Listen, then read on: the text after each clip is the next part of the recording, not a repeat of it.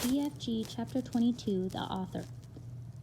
Every country in the world that had been in the past visited by the foul man-eating giants sent telegrams and congratulations and thanks to the BFG and to Sophie. Kings and presidents and prime ministers and rulers of every kind showered the enormous giant and the little girl with compliments and thank yous, as well as all sorts of medals and presents. The ruler of India sent the BFG a magnificent elephant, the very thing he had been wishing for his entire life. The king of Arba sent them a camel each. The Lama of Tibet sent them a llama each, a camel each. Wellington sent them 100 pairs of wellies each.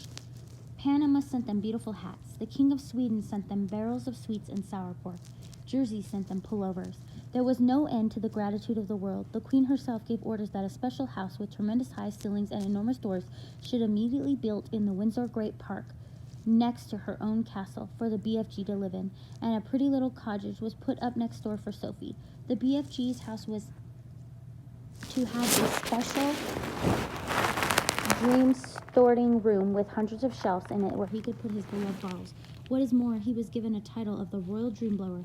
He was allowed to go galloping off to any place in England on any night in the year to blow his splendid wizards in through the windows to a sleeping child, and letters poured in to his house by the millions from children begging him to pay them a visit. Meanwhile, tourists from all over the globe came flocking to gaze down in the wonder of the 9 horrendous man-eating giants in the great pit.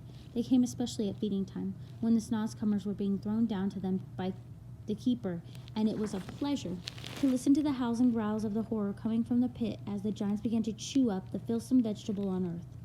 There was only one disaster. 3 silly men who had drunk too much that night for lunch decided to climb over the high fence surrounding the pit, and of course they fell in. There were yells and delight, and the giants below, followed by crunching of bones. The head keeper immediately put up a big notice on the fence saying, "It is forbidden to feed the giants," and after that there were no more disasters. The BFG expressed a wish to learn how to speak properly, and Sophie herself, who loved him as she would a father, volunteered to give him lessons every day. She even taught him how to spell and to write sentences, and he turned out to be a splendid, intelligent pupil. In his spare time he read books. He became a tremendous reader. He read all the Charles Dickens's, whom he no longer called Doll's Chickens, and all of Shakespeare's, and literally thousands of other books. He also started to write essays about his own past life.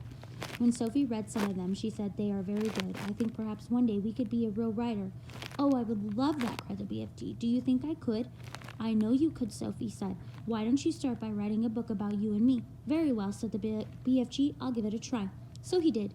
He worked hard on it, and at the end he completed it. Rather slyly, he showed it to the queen. The queen read it out loud to her grandchildren, and then the queen said, "I think we ought to get this book printed properly and published so that the other children can read it." This was arranged, but because the BFG was a very modest giant, he couldn't put his own name on it. He used somebody else's name instead. But where, you might ask, is this book the BFG wrote? It's right here. You've just finished reading it.